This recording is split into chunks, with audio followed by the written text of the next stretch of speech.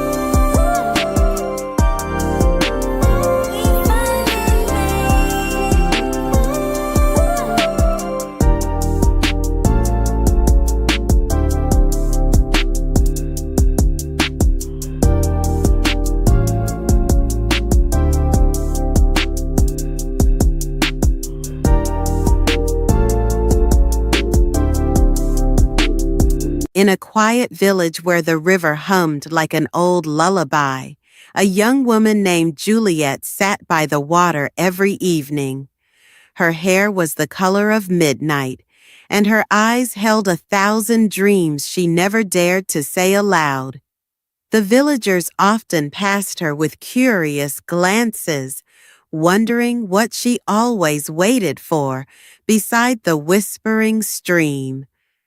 Juliet wasn't waiting for a man or a miracle, at least not at first. The river was her refuge. It reminded her of her late father, who used to sing while fishing in its waters. Now, whenever the sun dipped low and golden light danced on the waves, Juliet returned to feel close to him, her heart wide open and waiting for something, though she didn't yet know what. But on one special evening, when the air smelled of ripe mangoes and dust, a stranger appeared across the riverbank. He stood tall and quiet, watching the water like it held secrets he couldn't speak. Juliet's heart skipped, because for the first time, the river didn't feel like hers alone anymore. His name was Ethan, and he had just moved into the village with his uncle, a cocoa farmer. He wasn't used to the slow pace of rural life, but the river called to him. Maybe it was the silence, or maybe it was the girl with eyes like dusk and sorrow, sitting at its edge. They didn't speak that first evening, just a nod, gentle and unsure, and then he walked away. Juliet followed his retreat with curious eyes. Something about him was different from the other boys in the village. He didn't boast. He didn't laugh too loud. He watched the world like it was a fragile thing. From then on, he came every evening, standing across from her on the opposite side of the stream. It became their silent routine. No words, just presence. Until one day, Juliet finally broke the silence. "Are you always this quiet? Or is it the river that keeps you still?" Ethan looked up, surprised by her voice. It was soft, almost like the breeze that fluttered the reeds by the river. "Maybe it's the river," he replied, a slight smile playing on his lips.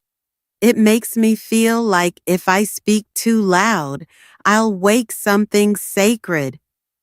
Juliet smiled back, liking the way his words felt careful, like he didn't take her presence for granted. They started talking more after that, sometimes about simple things, how the cassava harvest was coming along, or how the clouds looked like cotton stretched thin across the sky. Other times, their conversations drifted into deeper waters. Juliet told him about her father, and Ethan spoke of the city he left behind and the loneliness that came with it. Even without touching, something between them grew. It was slow and steady, like the current beneath the river's surface, soft but undeniable. They didn't call it love yet. It was just comfort, a shared space in a noisy world. And somehow, it was enough. Back home, Juliet's mother, Arabella, noticed the change in her daughter. She had seen the way Juliet rushed to finish her evening chores, the way she smiled at nothing, the way she hummed songs she hadn't sung since childhood. Arabella knew that kind of joy, and she also knew its risks. Arabella had once loved deeply too, before the world taught her how love could both lift and break. So she watched Juliet carefully, not with suspicion, but with quiet worry. One night as they sat shelling ground nuts under the moonlight, she said, "Juliet, the heart is a beautiful thing, but don't give all of it away too quickly." Juliet looked up, startled. "I'm not," she started, then stopped. Maybe she was. Maybe her heart had already started slipping across the river, toward the boy who listened like her stories mattered. She looked away and whispered, "He's kind, Mama. That's all I know." The village's annual lantern festival was approaching, and Juliet had never missed one since she was a child. On that night, every family lit floating lanterns and sent them down the river, each one carrying a silent wish. This year, she looked forward to it for a different reason. Ethan would be there. When the night came, Juliet wore a sky blue wrapper with embroidered stars her mother had sewn. Ethan met her near the banks, dressed simply but with a charm that made Juliet's chest flutter. Together, they lit their lantern and whispered wishes. Juliet wished for a future that didn't require goodbye. Ethan wished for the courage to ask her to stay in his life forever. As they released the lantern into the river, their fingers brushed, and neither pulled away. Around them, hundreds of lights floated like tiny moons across the dark water, but none shone brighter than the unspoken promise in their eyes. That night, they didn't need music or words. The river, the lights, and their held hands said it all. "Then stay," she whispered. "Stay and build that future here, with me." They kissed then, for the first time. The rain softened around them as if it, too, paused to listen. It wasn't rushed or fiery. It was tender, soaked in hope and vulnerability. In that moment, they weren't two people from different worlds. They were just two hearts finally finding home. It didn't take long for the village to notice the closeness between Juliet and Ethan. Some smiled and whispered of young love blooming like hibiscus after rain. Others frowned, especially the elders, who didn't like how quickly Ethan had captured Juliet's heart, or how little they knew of his family background. One afternoon, Juliet overheard two women at the market murmuring as she passed. Pretty face or not, she should be careful. These boys who come from the city, they always leave. The words cut deep, not because they were untrue, but because they mirrored her own secret fears. Was Ethan really here to stay? When she told Ethan what she heard, he grew quiet. Then he gently took her hand and said, "I didn't come to this village to run. I came to heal, and I found you." Juliet held his gaze, letting his words sink into the cracks of her doubt. But still, a part of her heart braced itself for the test that love always brings.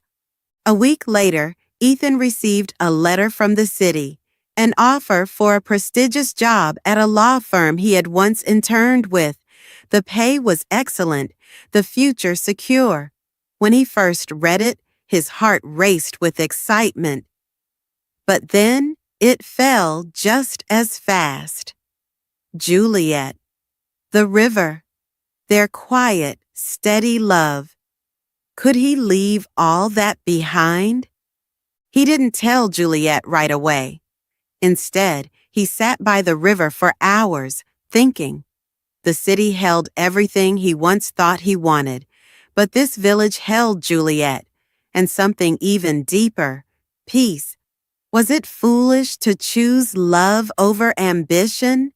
Or was it the bravest choice of all? Eventually, he walked to her house with the letter in his hand and the storm in his heart. He found her under the mango tree, braiding her little cousin's hair. She looked up and smiled, but the moment she saw his face, the smile faded. "What happened, Ethan?" she asked softly. He sat beside her and gave her the letter. Juliet read the letter slowly, her fingers trembling. When she finished, she folded it carefully and placed it on her lap. The silence between them was heavy, filled with all the words neither knew how to say. "This is your dream?" she finally whispered, eyes still on the letter. "You've worked so hard for this, Ethan." Ethan reached for her hand.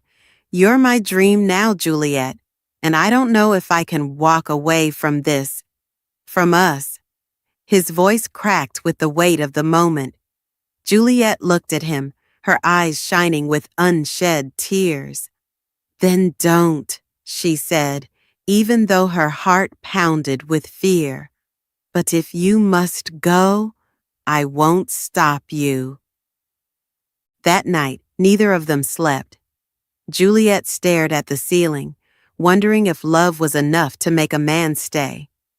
Ethan sat by the river until sunrise, torn between a future that glittered and a present that breathed with life and love. By dawn, he had made a decision, but it wasn't the one Juliet expected. Ethan left at first light. He didn't knock on Juliet's door or wait for one last goodbye. He knew if he saw her, he wouldn't have the strength to walk away. He left only a note and the necklace she had once given him, a carved pendant in the shape of a small river wave. Juliet found the note just as the sun kissed the rooftops. Her hand shook as she read it. "I love you, but I have to find out who I am before I can become who you need. I'll return if you'll still have me." She pressed the pendant to her heart and wept, not out of anger, but out of grief for a love paused. The weeks that followed were slow and quiet. Juliet returned to her routine, helping her mother cook, fetching water, and waiting. People whispered and Arabella said little, but Juliet never explained. Some days she smiled, some days she broke. But every evening she still walked to the river in case Ethan returned. Juliet began to write Ethan letters she never sent. Each one held her heart, some full of hope, others soaked in pain. She wrote about the way the river looked when the sun set, about the mango tree that had started blooming again, and about how sometimes the silence in her chest was louder than any drum beat. She kept the letters in a small wooden box under her bed. They became her secret rhythm, her way of holding on. Arabella once asked if she still believed he would come back. Juliet didn't answer with words. She only smiled and walked to the river, her footsteps heavy but steady. Months passed.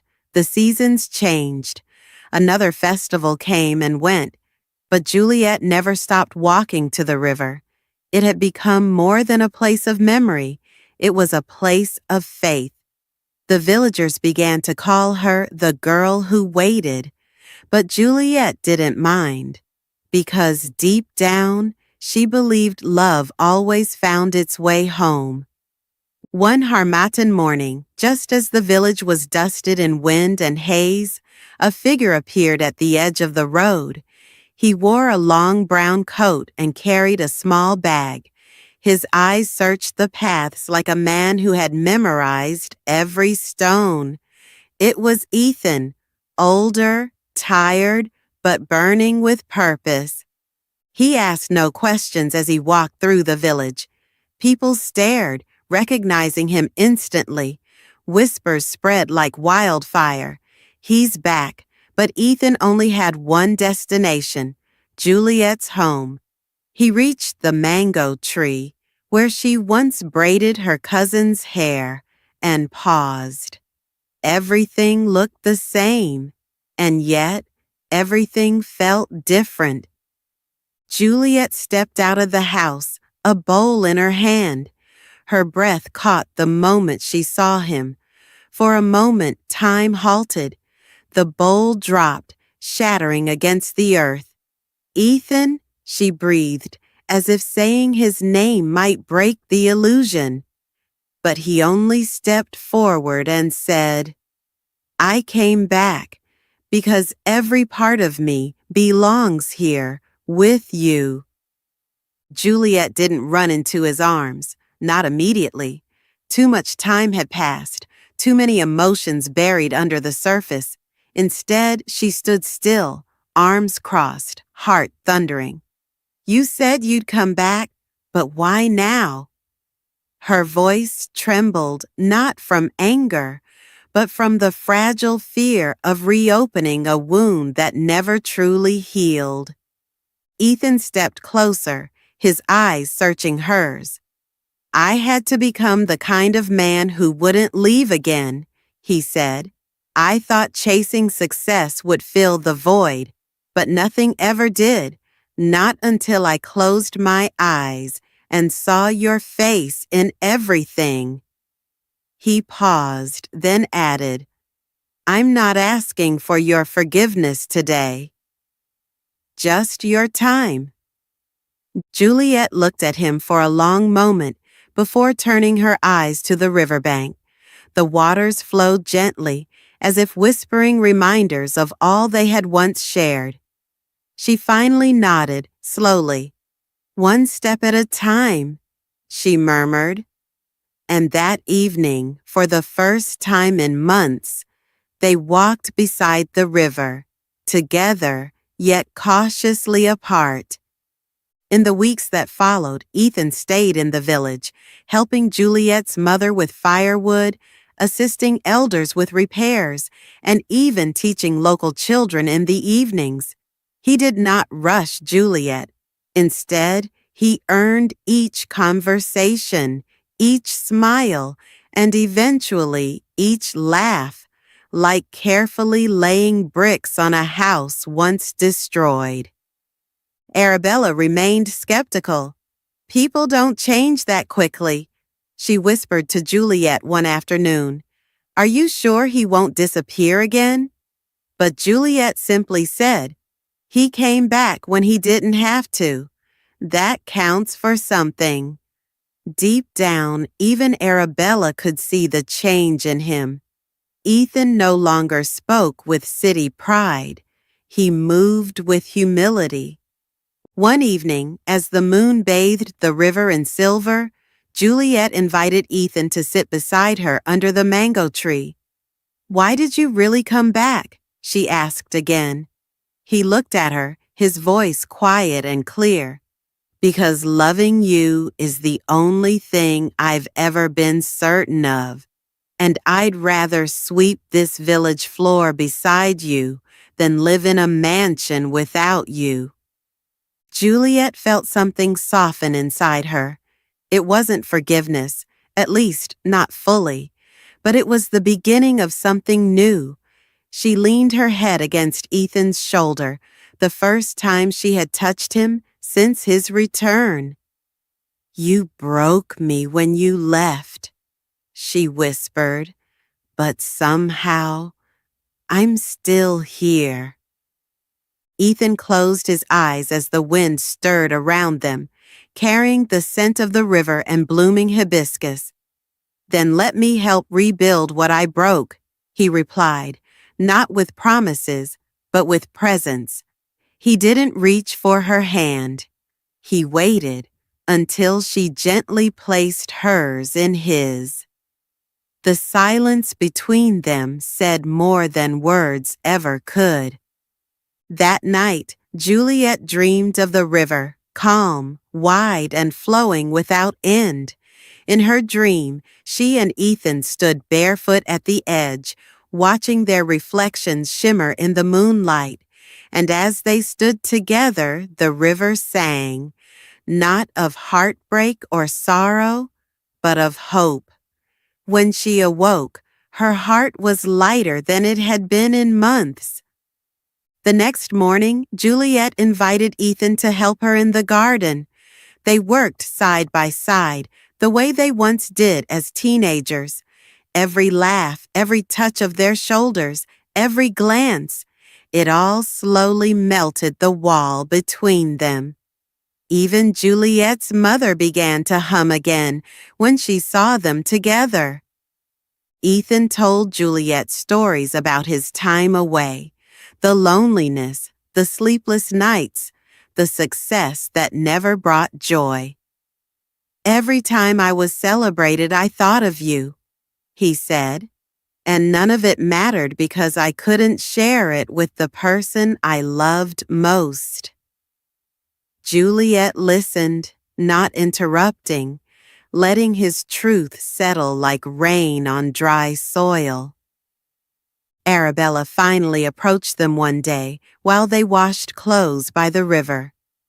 "If you break her heart again," she warned Ethan with a stern face, "I will personally chase you out of this village." Ethan laughed nervously, but Juliet only smiled. "He won't," she said quietly. "He knows now that love is not something you leave behind." As the village prepared for the annual river festival, Juliet found herself smiling more easily. The last time she attended, her heart had been heavy, but this time something had shifted. Ethan helped hang lanterns, his hands steady, his laughter sincere. The villagers watched the two of them with curious, approving eyes. On the day of the festival, Juliet wore a deep blue dress with tiny golden beads, just like the one she wore the night Ethan first confessed his love years ago. Ethan, wearing a matching shirt, walked beside her to the river square, holding a small calabash filled with petals. It was tradition for couples to release them into the water together. They knelt by the river. Ethan looked into her eyes. "This time, I offer my love not with promises, but with presence and patience." Juliet smiled, her eyes shimmering. "And I receive it, not with fear, but with faith." Together, they poured the petals into the river, watching them dance on the water like blessings. Weeks after the festival, Ethan surprised Juliet with a small plot of land near the edge of the village. "We can build something here," he said, his hand resting gently on her back. "Something honest, something ours." Juliet looked at the clearing, her heart swelling, not because of the land, but because of the dream behind it. They started slowly. Mornings were for gathering materials, afternoons were for building, evenings were for resting under the mango tree, their hands intertwined. The villagers helped too, offering wood, stones, even songs. It wasn't just a house being built, it was a symbol, a second chance, made with love and humility. One night, as they stood inside the frame of their unfinished home, Ethan wrapped a cloth around Juliet's shoulders.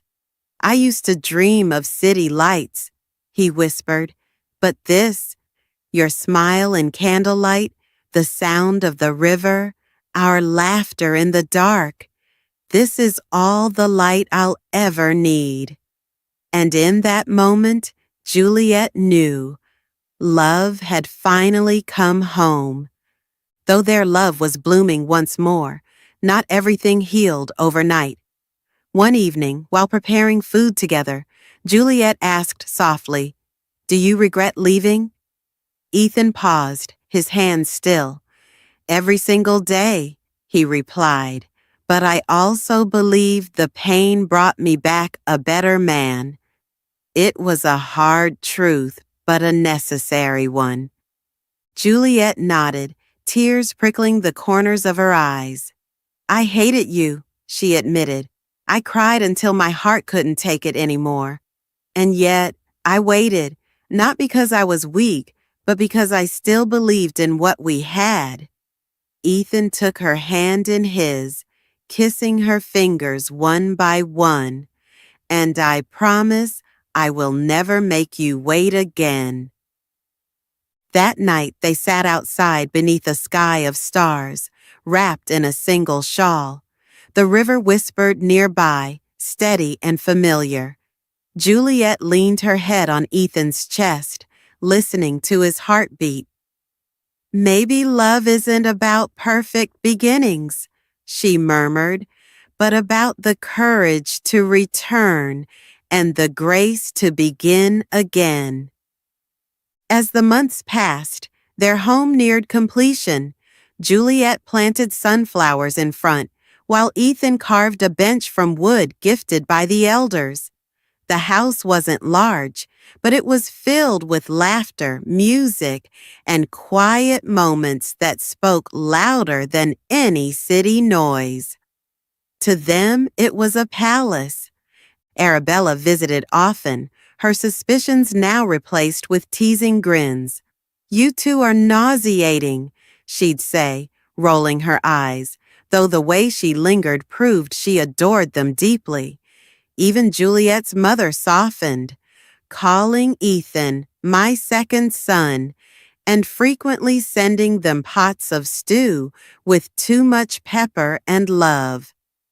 One sunny afternoon, as Ethan and Juliet sat under the mango tree watching children play by the river, Ethan whispered, "Do you think we'll ever leave this village?"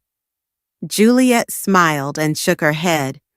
"Why would we, when the river still sings our names?"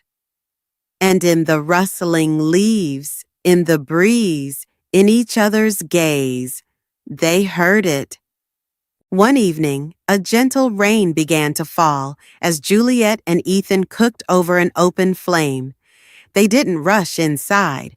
Instead, they danced barefoot in the mud, laughing like children, their clothes soaked and spirits free.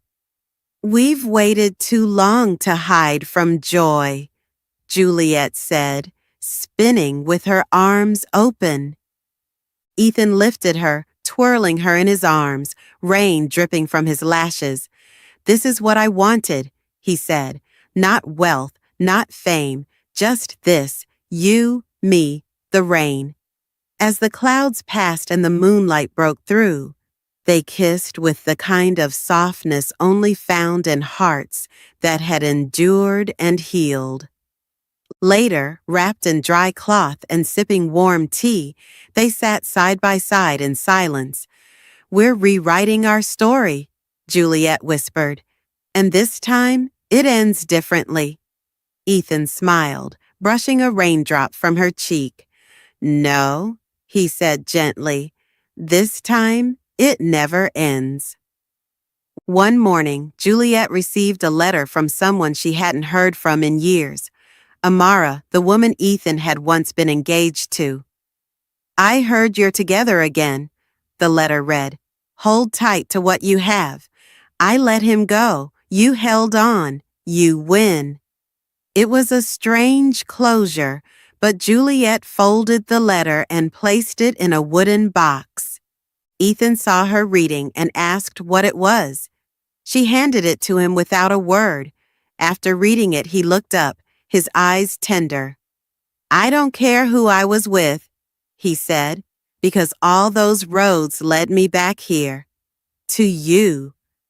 Juliet held his face in her hands and nodded. "And here is where you'll stay." They spent the day reminiscing, even laughing about the pain. "Funny how life twists," Juliet said. "We were just kids, but somehow our hearts knew what even our minds couldn't understand." Ethan kissed her forehead. "Our hearts were wiser than we gave them credit for."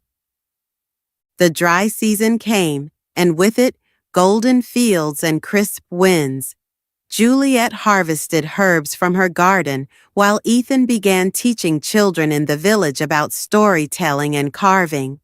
Their days were full, their nights peaceful. They no longer needed grand things. Their joy lived in simplicity. Juliet often sat by the river, writing poems in a worn notebook. Her words were filled with love, resilience, and healing. "Your poems are little windows into your soul," Ethan said one day, reading over her shoulder. "Then you should know," she replied, smiling. "You live on every page."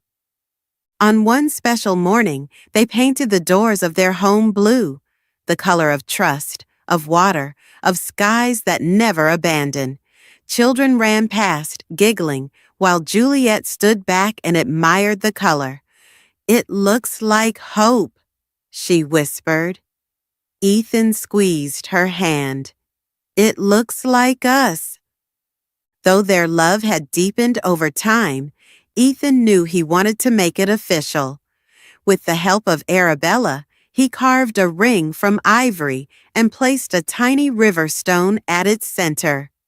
"It's not gold," he told Arabella, "but it carries more meaning than diamonds." That evening, he led Juliet to the spot where they first met as children, by the oldest tree, and that's all that matters. The priest, and that's all that matters. The priest spoke only briefly, for the love between them needed no long sermon. When they sealed their vows with a kiss, the river behind them glowed as the sun dipped low, and as the village erupted in cheers, Juliet leaned close and whispered, "Do you hear it? Do you hear it?" Ethan smiled. "Yes, the river is still singing." Married life suited them. Mornings were slow and full of laughter. Ethan wrote short stories while Juliet ran a small healing shop, offering herbs and advice to villagers. The mango tree grew taller, and their house echoed with music and the occasional visiting friend. They planted more flowers, they raised goats, they built a swing. Juliet often woke in the middle of the night just to watch Ethan sleep. "You're real," she'd whisper. "You're mine." And he, sensing her gaze, would reach out sleepily and whisper back, always. They didn't travel the world. They didn't become famous, but every day they added new pages to their story, ones filled with little victories, quiet joy, and deep love. And every time they passed the river, they'd stop, close their eyes, and listen. One bright morning, Juliet felt a flutter inside her, not in her heart, but in her belly. She placed a hand there, eyes wide. Weeks later, the healer confirmed what she suspected. "You're carrying a child," she said with a smile. Juliet's heart nearly burst. She told Ethan under the mango tree, their special place. He wept, holding her close. "We're creating another heartbeat," he whispered. "Another soul who'll know what love feels like from the moment they arrive." Juliet laughed through tears. "And we'll tell them stories every night." As Juliet's belly grew, so did their dreams. Ethan wrote short stories while Juliet ran a small healing shop, offering herbs and advice to villagers. The mango tree grew taller, and their house echoed with music and the occasional visiting friend. They planted more flowers, they raised goats, they built a swing. Juliet often woke in the middle of the night just to watch Ethan sleep. "You're real," she'd whisper. "You're mine." And he, sensing her gaze, would reach out sleepily and whisper back, "Always." They didn't travel the world. They didn't become famous, but every day they added new pages to their story, ones filled with little victories, quiet joy, and deep love. And every time they passed the river, they'd stop, close their eyes, and listen. One bright morning, Juliet felt a flutter inside her, not in her heart, but in her belly. She placed a hand there, eyes wide. Weeks later, the healer confirmed what she suspected. "You're carrying a child," she said with a smile. Juliet's heart nearly burst. She told Ethan under the mango tree, their special place. He wept, holding her close. "We're creating another heartbeat," he whispered. "Another soul who'll know what love feels like from the moment they arrive." Juliet laughed through tears. "And we'll tell them stories every night." As Juliet's belly grew, so did their dreams. They carved a crib from cedar, embroidered cloths with river symbols, and sang lullabies to the moon. The whole village waited with them, their joy shared by all. And the river flowed steadily, patiently, like time itself. On a soft evening, with stars twinkling and the scent of jasmine in the air, Juliet gave birth to a baby girl. She was tiny, with eyes like the river and fingers that curled around Ethan's thumb with surprising strength. They named her Asha, meaning hope. Asha grew quickly, her laughter echoing in their home like music. Ethan carried her on his shoulders, while Juliet told her bedtime stories by lantern light. "Your name," she would say, "was sung by the river long before you arrived." And Asha would smile in her sleep. Together, the three of them became a rhythm, an unbroken melody of love, laughter, and legacy. And sometimes, when the night was still, Juliet and Ethan would stand by the water's edge, holding hands, watching their daughter dance in the moonlight. Years passed. The house aged, but gracefully. Juliet's hair turned silver, Ethan's beard grayed, and Asha blossomed into a young woman with her mother's eyes and her father's spirit. Life continued, steady, gentle, rich. Asha fell in love, and one evening, Just as Ethan had once done, her suitor stood under the mango tree and asked for her hand. Ethan gave it, his eyes misty. "Take care of her," he said. "She comes from a love that defied time." Juliet held her daughter tight that night. "Your story," she whispered, "will be different. But never forget, you were born from a river that once sang for love, and that love made everything possible." On the anniversary of their wedding, Ethan surprised Juliet with a walk to their favorite spot by the river.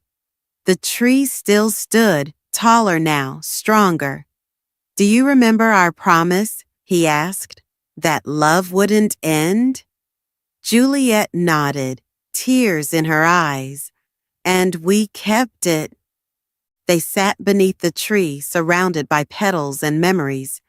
"Even when we're gone," Juliet said, "this river will carry our story, for those who listen, for those who believe." Ethan kissed her gently. "And for those who wait, love always finds its way." As the sun set, the river shimmered, and just for a moment it truly seemed to sing. Long after Juliet and Ethan were gone, their house stood, rebuilt, restored, and filled with stories.